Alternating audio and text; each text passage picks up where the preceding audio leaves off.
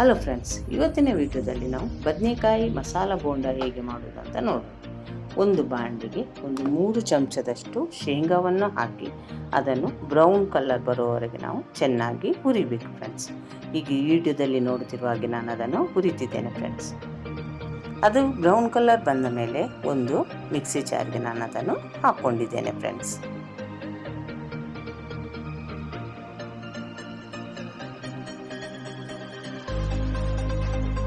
ಈಗ ಅದೇ ಮಿಕ್ಸಿ ಜಾರಿಗೆ 3 ರಿಂದ 4 ಹಸಿಮೆಣಸಿನಕಾಯಿ ಮತ್ತು ಒಂದು ಸ್ವಲ್ಪ ಕೊತ್ತಂಬರಿ ಸೊಪ್ಪು ಇವುಗಳನ್ನೆಲ್ಲ ಹಾಕ್ಕೊಂಡು ಚೆನ್ನಾಗಿ ಪೇಸ್ಟ್ ಮಾಡ್ಕೊಳ್ಳೋಣ.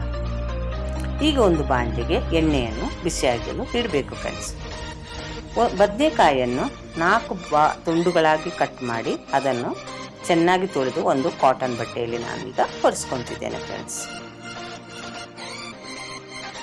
ವಿಡಿಯೋದಲ್ಲಿ ನೋಡ್ತಿರುವ ಹಾಗೆ ನೀವು ಅದನ್ನು 4 ಭಾಗಗಳನ್ನಾಗಿ ಕಟ್ ಮಾಡ್ಕೋಬೇಕು ಫ್ರೆಂಡ್ಸ್. ಈಗ ಇದನ್ನು ಎಣ್ಣೆಯಲ್ಲಿ ಒಂದು 2 ರಿಂದ 3 ನಿಮಿಷ ಡೀಪ್ ಫ್ರೈ ಮಾಡ್ಕೊಳ್ಳೋಣ ಫ್ರೆಂಡ್ಸ್.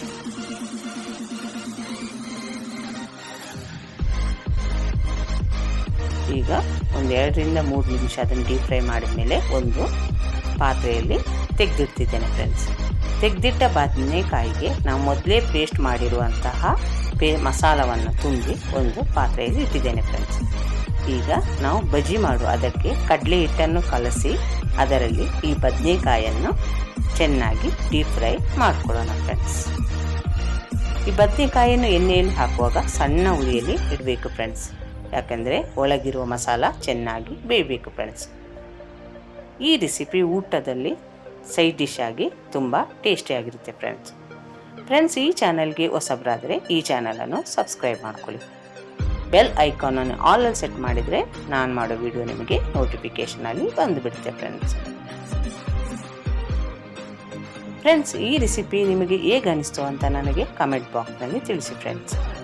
ಈ ಡಿಶನ್ನು ಸಾಮಾನ್ಯವಾಗಿ ಉತ್ತರ ಕರ್ನಾಟಕದ ಕಡೆ ಭಾಳ ಮಾಡ್ತಾರೆ ಫ್ರೆಂಡ್ಸ್.